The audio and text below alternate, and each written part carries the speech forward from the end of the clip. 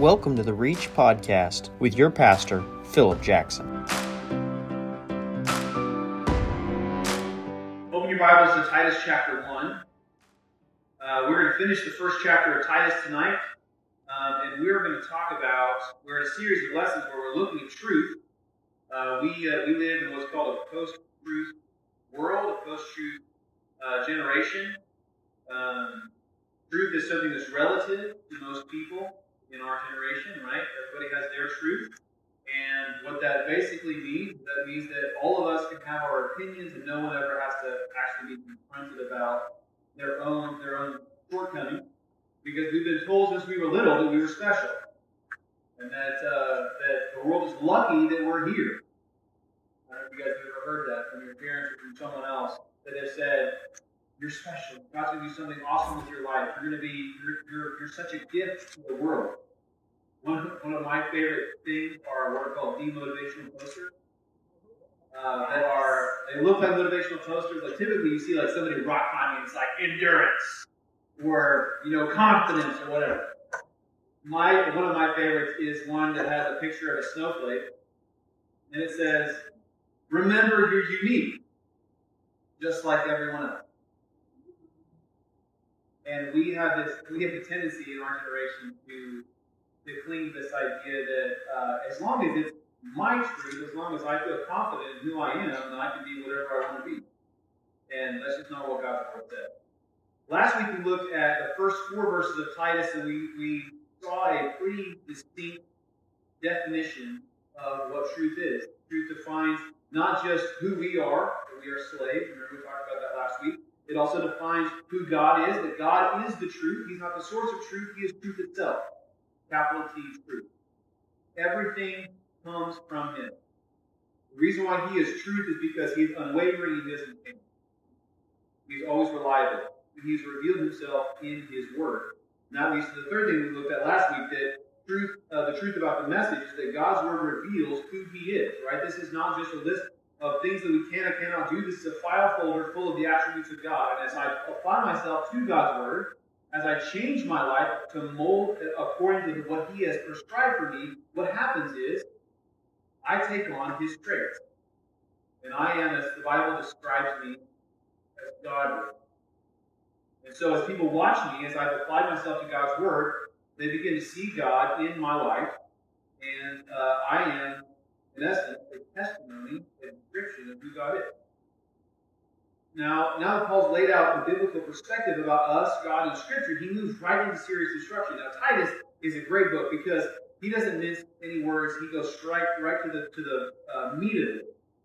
This lesson focuses on God's strategy for godly living, the priorities of the people of God, and the seriousness of the threats around us in the world. If you ever wonder, how in the world do we survive a culture or a generation that's openly hostile to us? How do we do that? Well, we got to live according to God's Word.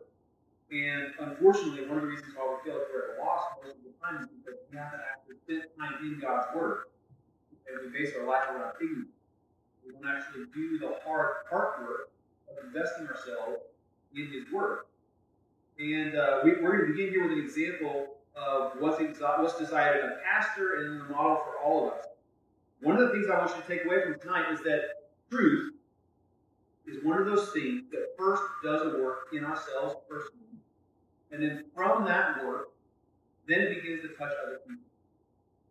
Our generation had this backwards, where we think we want to change the world, we're going to do all these things, we want to do all this stuff to change the world. But we do all of that at the expense of neglecting ourselves. And as a result, the world never changes because we're doing all this good activity, what we would define as good, but what Satan does is he convinces us that we don't actually have to change ourselves, we just have to change everything out there. And as a result, we end up later in life wondering what we built our life on. So many people are dissatisfied with what they've done.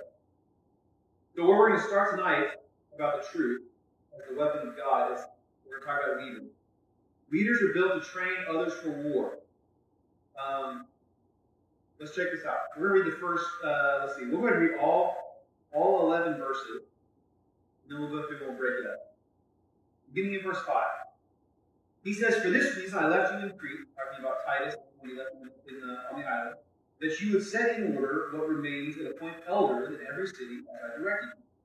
Namely, if any man is above reproach, the husband of one wife, having children who believe, not accused of dissipation or rebellion, for the overseer must be above reproach, God's steward, not self-willed, not quick-tempered, not addicted to wine, not pugnacious, not fond of sordid gain, but hospitable, loving what is good, sensible, just, devout, self-controlled, holding fast the faithful word which is in accordance with the teaching, so that he will be able to both exhort in sound doctrine and to refute those who contradict.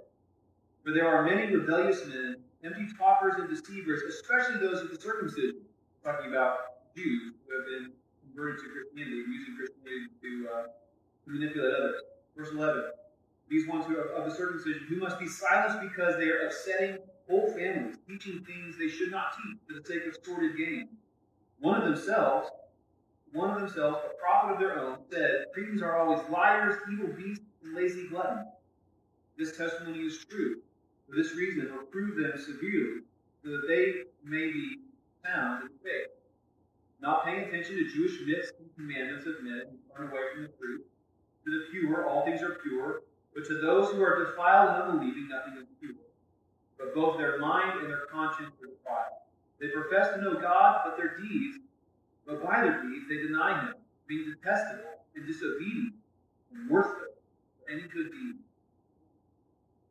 Now, as we're going through this, I want you to think about this. We're talking about pastors and leaders in the church. And here's going to be the temptation. You're going to think, okay, this doesn't apply to me. I'm not a pastor, I'm not a leader. Some of you do feel a call of ministry in your life. That's great. Let this be an admonishment to you. But here's what I want you to be thinking about as we frame all of this discussion. Is that this is not about God setting aside super Christians and everybody else. This applies to all of us. God's word tells us that pastors are no different than anyone else. Just because I'm on staff of the church and God has set me aside and put a call on my life to teach and know His word and to lead people, that does not mean that I'm not a regular human being. This is an application for all of us as believers. Let's pick this apart and see where this takes us. He begins in verse 5 by saying, for this reason I have left you in Crete, that you would set in order what remains and appoint elders in every city as I direct you. Now remember, Crete is this little bitty island in the middle of the Mediterranean Ocean. And it is known for its manipulation. The people are deceivers. They're known to be untrustworthy. So Paul has laid out everything. He says, because of all these things, the eternal consequences of the truth, I set you in Crete. And the primary task that he's given Titus is to appoint elders over the churches. These men should not just be good communicators or capable leaders, but they need to be beyond reproach. What this means is that they are literally unable to be accused of any wrongdoing. They're a clear reflection of Christ. We live in a generation where church leaders are simply good communicators. And that's what we build churches around. The reason why the church is suffering, the reason why our country is suffering and the world is suffering is because we have lost sight of what true Christian leadership looks like. He says these men should be above reproach, beyond reproach. He says that they should lead their families, that they should be a husband of one wife. Another way to read this would be that they are a one-woman man. They're dedicated to living out the responsibility of dying for their wives that's commanded in Ephesians chapter 5. These are men who do not berate their families or use intimidation. These are ones who carry them and understand the sacred responsibility of leading their family well, reflecting the relationship between Christ and the church with respect. You want to see what the true nature of a person is. See how they talk to their children. See how their children talk about them. This will illustrate for you who they are in the quiet moments of their life and at home. He says they need to be a husband of one wife, someone who honors their wife. And one of the reasons I on purpose call my wife my bride. We've been married for over 18 years now. Wow. But I never want to forget that she's a gift from God. She's not just my wife. She's not just someone who stays at home and takes care of our children. She is always and always will be my bride. So are these men the ones who have dedicated themselves to their spouse, the person that God has given them? Now, what does this mean for you? And you're like, okay, that's great. I'm single. Maybe I might find someone. We'll see. Miracles do happen. But think about this. Are you the type of person that is dedicated towards that one person God has for you? Are you living in a way today that honors them in the future? Have you made conscious decisions to put boundaries around your life so that when God puts them in your life, that you are a worthy gift to them from God? Or do you think I'll make moral boundaries for myself when I finally do find that person? I'll stop having sex outside of marriage when I find the right one. I'll stop playing around with pornography when I find the right one. I'll make sure that I have a moral compass when I decide to start my family. If you abuse yourself and you get to the place finally where God does put someone in your life who is chasing Jesus, and you've been chasing the world all of these years, are they even going to look at you a second time? Or are you living as a one-woman man? Are you living as a one-man woman? Are you investing in yourself so that when God does provide that person for you, that gift, through a husband or through a wife, that you can treat them with honor and respect? Being a husband of one wife does not start whenever we say our vows. It starts when I decide to live for Christ and for Him only. He goes on to say that they need to be children who believe. Now, that doesn't mean that a pastor can't have defiant or rebellious children. Man, we know that. There's a lot of preaching kids out there who are trying to put this word to their parents. What he's saying here is that there should be evidence in their children's lives that they have been taught the truth, and that their rejection of the truth stands in contrast to their parents' character and example. If you see a godly set of parents who are investing themselves in the kingdom, who are kind and gentle, and they exude the gifts of the Spirit, and they're defiant, rebellious child, this is contrary to who they are. This doesn't mean that it undermines the credibility of this person as a teacher or as a leader. What it does is it amplifies the rebellion of their children. This is how we need to think about it. These pastors have never been accused of indecent behavior, is another way that it says it. They've never been accused or of rebellion. Another translation of indecent behavior is dissipation. My translation says dissipation. It means reckless living that results in the loss of meaningful value. In the engineering world, dissipation is the loss of energy through heat. You want to preserve energy. You want to put it into motion, right? But one of the ways that energy is lost is through heat. The idea here is that they can't be someone who takes the God-given responsibility of leading people, their potential as a child of heaven, and they let it literally evaporate into the air. They waste who God has made them to be through reckless living. This is someone who is unfit to lead God's people. He goes on in verses 7 and 9. Look at this. He says, "For the overseer must be above reproach as God's steward, not self-willed, not quick-tempered, not addicted to wine, not pugnacious, not fond of sordid gain." He lists several other things, but hospitable, loving what is good, sensible, just, without and self-control. The reason why Paul is so adamant about these qualifications is because of what's at stake. He says they need to be beyond reproach because they are stewards of God's mystery. They're the primary icons of the local congregation. James tells us that the person who leads the church, those who are in positions of authority, will be judged at a higher standard than those who are not. Jesus said that those who lead others astray, it is better for a millstone, a giant rock, to be tied around the neck that should be thrown in the middle of the sea than to lead someone astray. The weight of being a leader comes with consequences. Paul is saying these people are literally the front door to the church, and how they live their lives are going to reflect the character of the church. Will you follow someone into eternity as a pastor if you know that you can't trust their way of life? The answer is no. Paul says you're already working uphill because of who these people are as Cretans. But these men who need to choose to lead, they have to be dedicated. They've got to dedicate themselves to know the revealed truth of God, that He has integrated into creation both through and in His Word. He confirms all of this. He says that they can't be self-willed. And this is true about all of them. Galatians chapter 5 is one of my favorite passages of the Bible. It talks about the fruit of the Spirit. Love, joy, peace, patience, kindness, goodness, thankfulness, gentleness, and self-control. Did you know that the majority of Galatians chapter 5 is actually dedicated towards the fruits of the flesh? And in the fruits of the flesh, one of the things that is described as selfish ambition.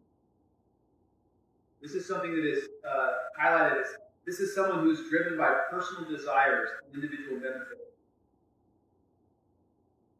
What he's saying here is that these leaders need to be people who, when people see them, they see Jesus. One of the things that irritates me a lot,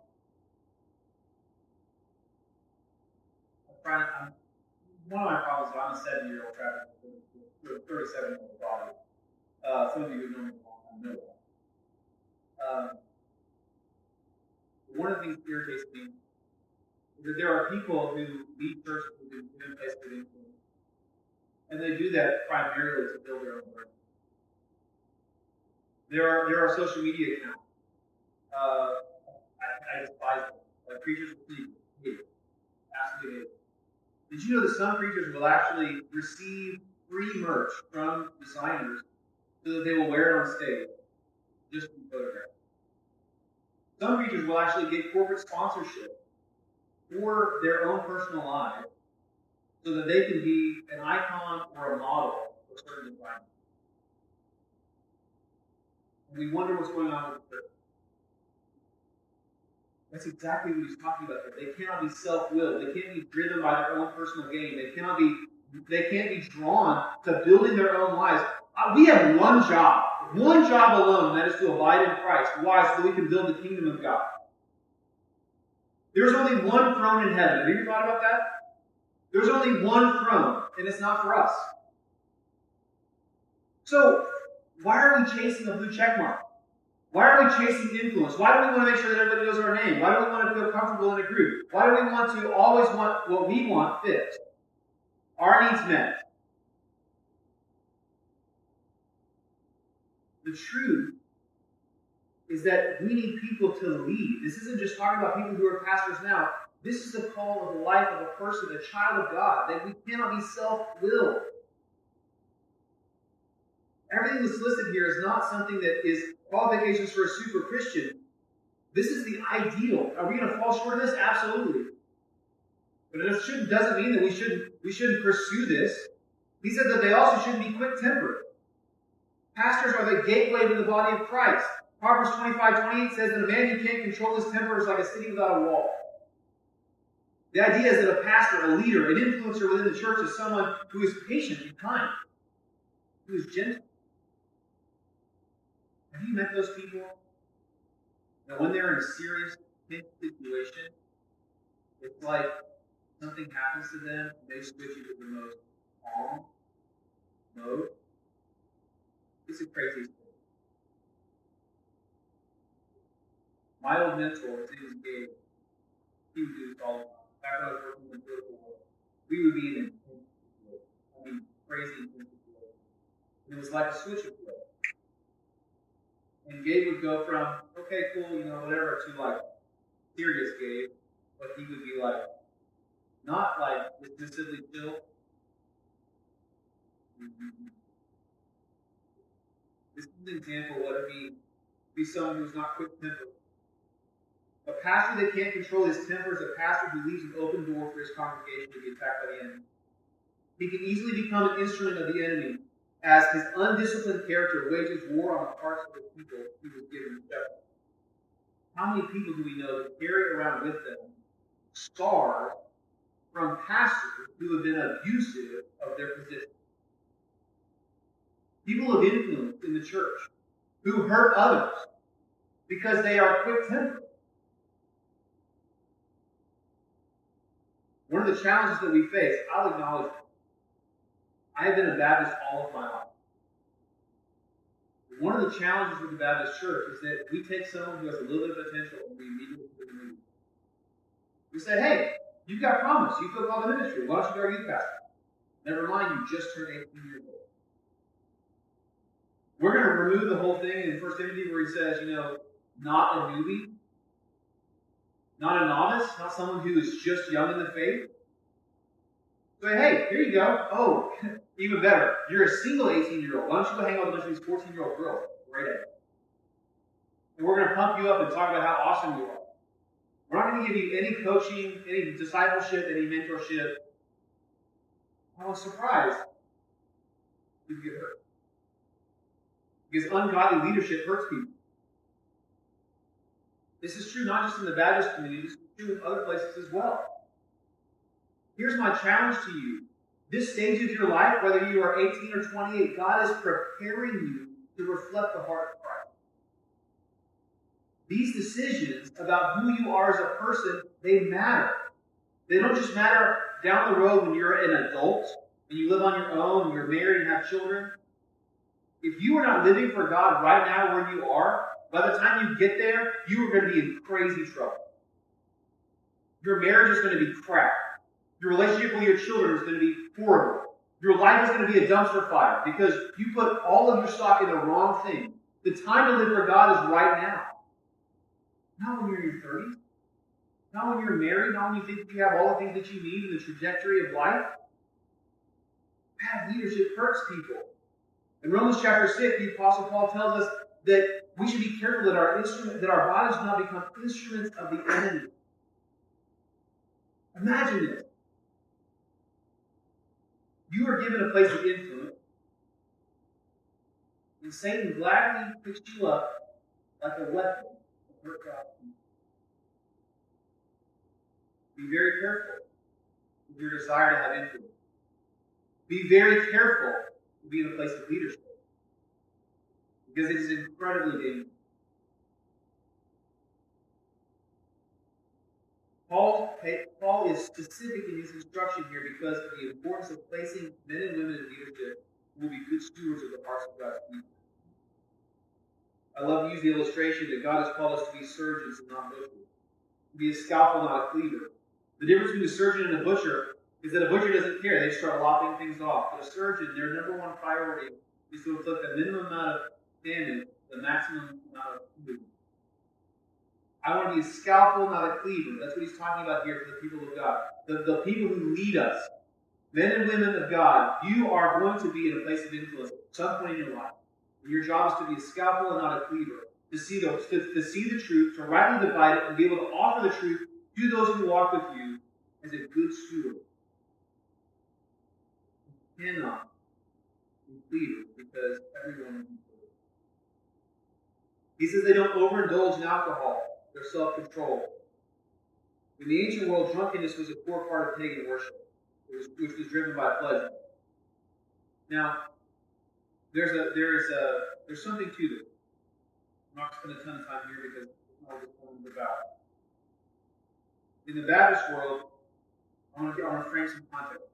Okay? Briefly as I can. As the United States came out of the Civil War in the middle of the 1800s, our country was devastated by it.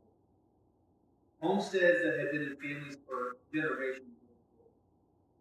Instant poverty. People who had money and had ways of life, had businesses, and had real opportunities in life. All of it was gone. So by the time the Civil War was over, people began to medicate their pain. They began to do things like drinking alcohol and pursuing anything that would numb their issue. What happened was that the economy was built around the man being the provider of the family, and so men who had been in war, they began to medicate themselves. They began to chase things that would damper the issues that they saw in battle. War in the 1800s was a lot different than this. Close hand-to-hand combat, still using bayonets and tools. So as a result of that, they would get caught in gambling, pay for their alcohol. They would get caught in criminal activity, to pay for their substances. And as a result, they would abandon their family. So the only way that their wives could make money, usually, was in selling themselves in prostitution. And so the birth rate outside of wedlock skyrocketed in the late 1800s. Drunkenness skyrocketed. Gambling skyrocketed. And by the end of the 1800s, there is this massive movement of, mostly led by women, who were going to war against alcohol. Now God began to move in people's movement. And a revival broke out. And there was a great awakening of God's Spirit. And as a result, in the tide of that wave of God's Spirit, there were reforms that were made which culminated in the amendment to the U.S. Constitution that made alcohol illegal, what we know as prohibition. People are going to drink alcohol no matter what you do with the law. So organized crime took over and skyrocketed. Eventually, they repealed that amendment to the Constitution. But inside that revival, there were people who were saved out of terrible lives, terrible habits. And the things that were associated with those things were reminders of their past. And so what they did is they said, you know what, we're not even going to go anywhere near it. We're not going to go to a dance hall because we're alcoholics. Because that's a problem from my past. I'm not going to go to the bar. I'm not going to go to the saloon. I'm not going to go in. I'm not going to do any of these things. I'm going to live for Christ. I'm going to turn my back on it. So what that did is that gave birth to a generation who didn't have the context of their parents' struggle. So their parents said, we don't do these things. We don't drink, we don't dance, we don't play cards, we don't play dominoes, we don't play dice, we don't do anything. And their children are born and they grow up in the 1940s and 1950s and they're like, what is your deal? It's just a couple of years. And in the wave of the sexual revolution of the 1950s, 60s, and 70s, our nation was reminded of the darkness that those things can bring. What Paul is saying here is not that the pastor can't have a beer with his friends. What he's saying is that he cannot be a person who is driven by pleasure. He cannot be a person who overindulges in alcohol. He can't be someone who is driven and pulled towards worldly living. We have to remember that when we read God's Word, I have to be honest with you about the context of what we're reading and how it fits into who we are as people. American Christians in the 21st century are different culturally than Greek in the first century. We've got to be honest about where we come from. We have to be honest about how we look at God's Word. He also said that he's not a bully. This shepherd is someone who genuinely cares for his people. Their authority is built not on abuse or on strength, but on the reputation that has been built on godliness. One writer put it this way. He said, the single greatest tool you have for leadership is the power of an exemplary life. If you chase Jesus, people will follow you. It is the most amazing thing I've ever learned in my life. I've learned a lot of things from a lot of incredible leaders. But the most profound thing that anyone has ever taught me is the simple power of the Bible. You want people to listen to your advice? You want to be someone who speaks truth? And people will follow you whenever you take a direction? Be someone who chases people. That's what he's saying here. They're a shepherd. Because they're not greedy for money. Money's not a motivation for a man or woman of God. Money's a resource for God to use for ministry, both for individually and corporately. A pastor shouldn't look at his church budget as a slush fund or an expense account, but instead as resources for the kingdom. In his letter to Timothy, remember, Paul tells Timothy that the love of money is the root of all evil. The idea is that money is the most utility resource that God gives us. It can literally change into anything. I can take money and I can turn it into medicine. I can take money and I can turn it into stuff. I can turn money into anything. So why would money not be the primary idol of Satan's offering? Because it feeds our God complex. Now I can be anything, I can do anything. All I need is money. So he says these people, that are in charge, they're leading God's people. They're not driven by money. Leaders in the church should celebrate what's good. And they should love it. They are self-controlled and disciplined in this life. They live purposefully for the kingdom of God. They're righteous and holy. That is, that they're set apart for a specific purpose. The source of his lifestyle is the teaching of the word. Look at that. He says in verse 8, he says, well, hospitable, loving what is good, sensible, just, without in self-control. Verse 9, holding fast the faithful word which is in accordance with the teaching. He's saying these guys, these men and women of the faith who lead the church, these are people of the word. Notice that is the defining characteristic of who they are. They use that to exhort in sound doctrine and to refute false teaching which comes from the word. See, a pastor's ability to teach, to lead, and refute falsehood doesn't come from him or her, from their personality, from their specific, from that's specifically rooted in who they think that they are. Their authority comes from biblical truth. So if a pastor gets up and they never open their Bible, or they give you one verse, and then they give you all kinds of reasons for what to live your life, and they never come back to the actual text, they are not leading you biblically. If you come into a church and the pastor never opens their Bible, you need to run as fast as you can towards the door. If you are part of a Bible study that's not a Bible study, that's actually just a motivational group, you need to get out there. Get out of there. See, many of these things, they seem impossible. But for a person who abides in Christ, this type of life is the natural byproduct. See, as a leader in the church, as an influencer in the church, one of the most profound things that I have learned over the years is that the effectiveness of my work and my ministry comes directly from my personal time with God. Where do these sermons come from? My time with God. Where do our themes come from for the year? This is the year of this word. They come from God. They come from my time with God. I'll sit down here the next month and a half. And I will begin to pray until mid to late October, early November, about what God has for us to do. That time happens on my knees. And by the time we get to December, when I announce the theme for the year, there have been months of prayer and preparation. We saw God do incredible things at Barnabas this year. It's not because we said, oh, this is a great idea, let's just do this. Because we had an intentional time letting the Lord decide what He wanted for us. It's not just true for who we are as a group, it's true for us individually. If I do not abide, I will not bear fruit, because apart from Him, I can do nothing. What Paul is telling Titus is that the type of men and women that he needs to lead the churches are men and women who deeply abide in Christ. This is how we train other people. We abide. Why do I use all of this war language? Because this is not just a friendly sermon or disagreement. The older I get, the more I realize how much faith it is. The more I chase Jesus, the more He will. He will do everything He can to credit us. So we have to live according to the Word and let it be our source. This is the only offensive weapon that God's given us. Look at these last 6 verses. Truth wages war against God's enemies. This is what we're up against. Verses 10 and 11, he says, for there are many rebellious men, empty talkers and deceivers, especially those of the circumcision, who must be silenced because they are upsetting whole families, teaching things they should not teach for the sake of sordid gain.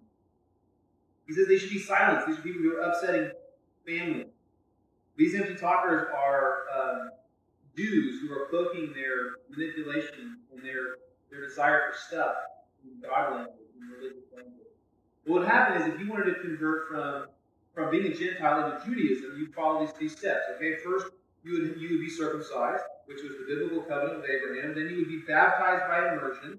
We don't realize that's a weird thing that God brought into the New Testament church.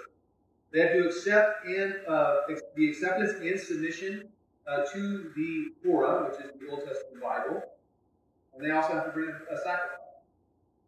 Now, false teachers, what they would do is they would say, here's all these things that you've got to do. Okay, you've done all these things. Okay, great. Now, there was only one temple at the time when this was written, the temple in Jerusalem.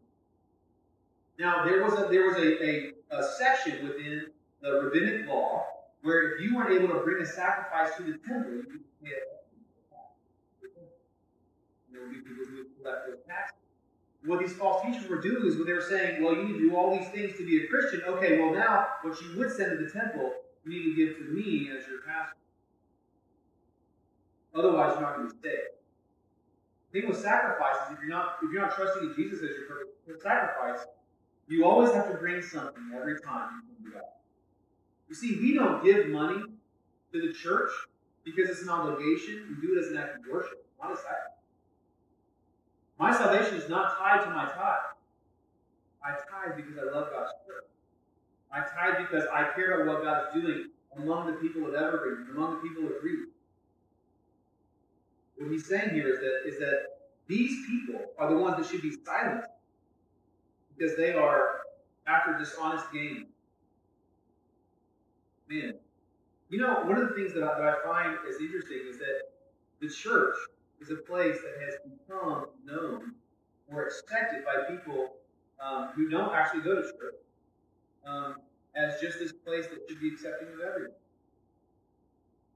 Did you know that all the examples in the Bible of the corporate church, the people of God, that evangelism always takes place outside of the church? Now, when people come into the fellowship, yeah, they're exposed to the gospel, and many times they do come to faith in Jesus. But in every example in God's Word, the church is a self-contained unit. Back in this time in history, it would actually take 2 to 4 years in order to even be part of the church, that full, recognized position of membership. And the reason was is because not everyone is a true believer. You can fake it for 6 months. You can fake it for a year. You can't fake it for 2 years or 4 years. The reason was back then they'd actually throw you in jail and they would crucify you if you were. But we have this mindset that somehow the church should just be this place where everybody can come and everybody is welcome. Well, the thing is, yes, everyone is welcome, but that you are not entitled to be part of how we do things because we do things according to God's Word.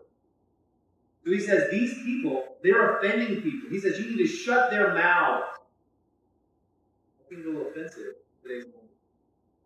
He says the people that are trying to sneak in, he quotes the philosopher and historian Epimenides. He says, Cretans are always liars, evil beasts, and lazy gluttons. Talking about how these people that you're trying to turn towards the gospel, they are every bit of sinners. So there's 2 implications here. The first is that the unsaved are not to be trusted or taken at face value. The church would need to adopt the teaching of Christ to be as wise as serpents and harmless as doves.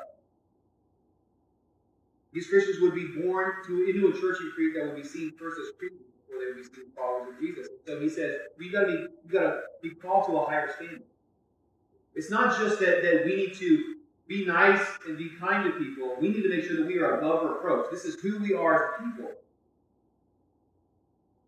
There's another thing here, that healthy churches come from challenging worldliness. The word sound in this verse right here, they would be sound in their faith. What this means is healthy. Another way to translate this would be that they bring health. In other words, it's like a strong immune system that's able to fight off infection. These falsehoods, these false teachers, they should be challenged. They should be challenged by a church that has a healthy spiritual immune system. How do we do that? How does your immune system grow? We learned this over COVID, right? You get sick, your white blood cells are released, they fight the infection, then you have a what's called an immunity to that infection, right? You're exposed over and over again. That's how vaccinations work. Your body naturally can recover from these types of sicknesses, right? The way that we overcome spiritual sickness is through healthy spiritual immune systems. What he's saying here, this defense against these false teachers is driven by a godly understanding of the world. Knowing Scripture for themselves would teach them how to see things correctly and provide a healthy spiritual immune system. The things that are pure and godly will be seen correctly. Notice what Paul says, how he describes these people who are lost in the world. At the end of verse 15. He says, but those who were defiled and unbelieving, nothing is pure. Both their mind and their conscience are defiled. What he's saying here is that these people, they have no concept of truth or goodness or godliness. There's a movement within the church that started in the 90s called a seeker-sensitive church. Seeker-sensitive church is a church who goes and they canvass the neighborhood. For instance, say we go across 111th Street and we canvass that neighborhood and say, what's important to you? What are the things that you struggle with? What are the things that you do? Right? And then we literally mold our church around those things. We get a lot of people in the door. But are we teaching them what God's Word says? No, we're not. We're chasing a fan base. That's the exact opposite of what Paul is saying here. To train the people means to challenge this misconduct, this gross negligence, this detestable and disobedient and worthless of any good deed. The primary tool that God uses to defend His church and His people is their knowledge and obedience to His word. Those who try to use bits and pieces of Scripture to make a point to build a fleshly life for themselves or to clothe their sin in godliness, God's word says that they should be silenced in the body of Christ. The first and primary job of a pastor is to lead himself in godliness, and then his family, and then his church. Paul's calling the eyes of the elders of Crete to the important work of leading their people in righteousness. Here's what's at stake. That if you're talking about things and leading people in worldly ways, that's destructive to them. Bad leadership, ungodly leadership hurts people. And we have a responsibility to confront that in love.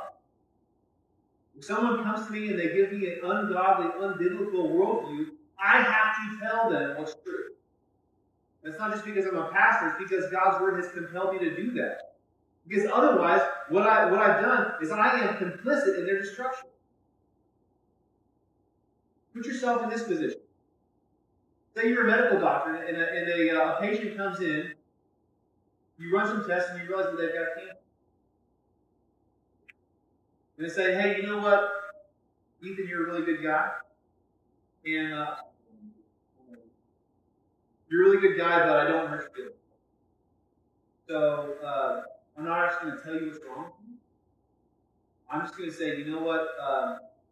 Surgery would be really treatment will be really difficult and it's really be uncomfortable. So why don't you just take these supplements?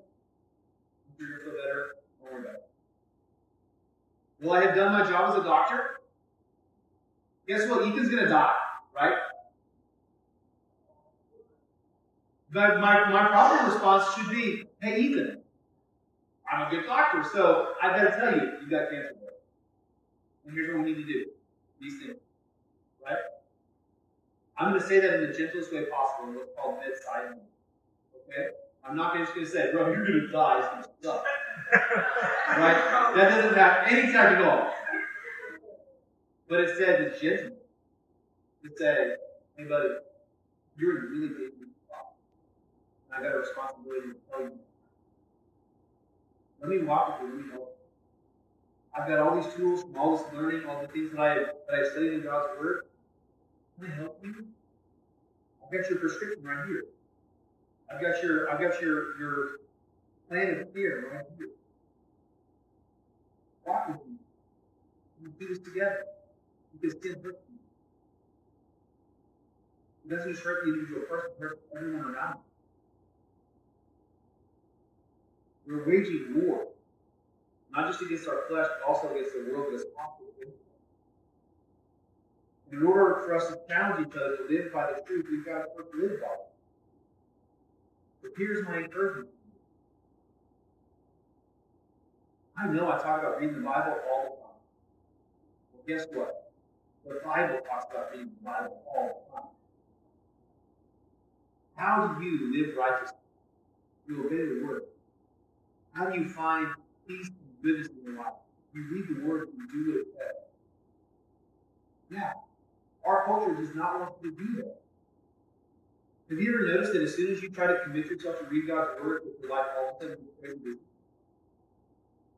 That the time that you have to spend in the Word, there's always something else that comes up? Think about it this way. Picture this story. Husband and wife have planned to have a date. So he's waiting at the restaurant. Leave the table, wait for the bride to get there. He comes in all hurried, all the things he's worried about. So she sits down across from him, the other side of the table. She immediately just starts talking. Just starts talking about all the things that are on her mind, all the things she's doing, all the things she's worried about, all the things. And halfway through her sentence, her phone rings or her phone dings. She grabs it and she's getting some text message. And then she puts her phone down Then she remembers something, so she checks her Facebook and she puts it out. Oh, that's right. She thought. And then she says, okay, great, awesome, thanks, and then she leaves. How many times do we do that for God? The time that we've set aside for Him? We get there, we sit down, and we're in a hurry. Okay, I'll tell you all stuff. My life, so here it is. All right, great talk. I'm out. I'm reading my word, I'm reading the word, and I get a notification. I pick up my phone, it's right in the arm read. So I know I'm on Facebook, or I'm on Snapchat, or whatever. It's like, wait a second, 15 minutes of my life is gone. I'm reading my Bible, I'm on my phone now. And so then immediately I'm thinking about all the things that are happening over here, and not really actually paying attention to the words. Oh man, look at the time, I gotta go to work. And then eat something real quick before my hands are going to shake. I don't eat something that day, and I'm going to sleep tonight. And so the Satan is just full of all these opportunities to distract us from the Lord. Here's some practical advice. Don't have your phone in your room.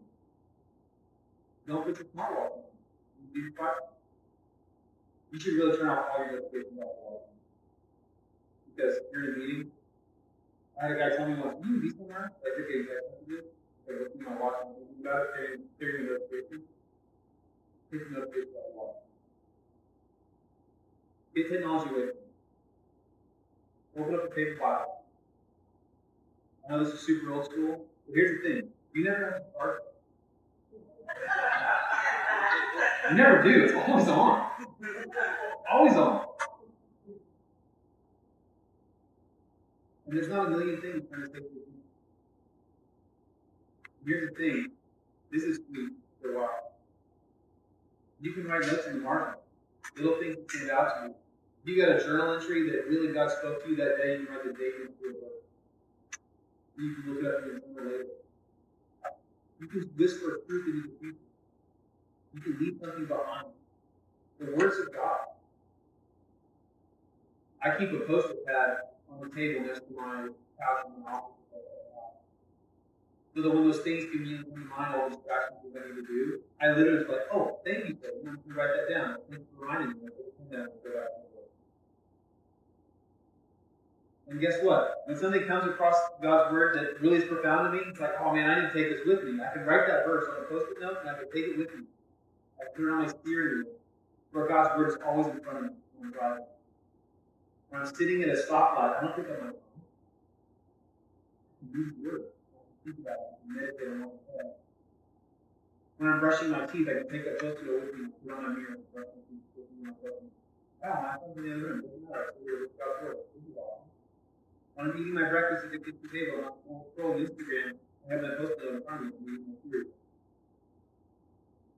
When I go to work and sit at my desk, I put my post-it on my monitor. I'm partying with stuff. I take God's word with me. Some of us would rather take lunch with us to work than God's word. That's a mistake. This man shall not live by bread alone, but by every word that has been spoken by the mouth of God.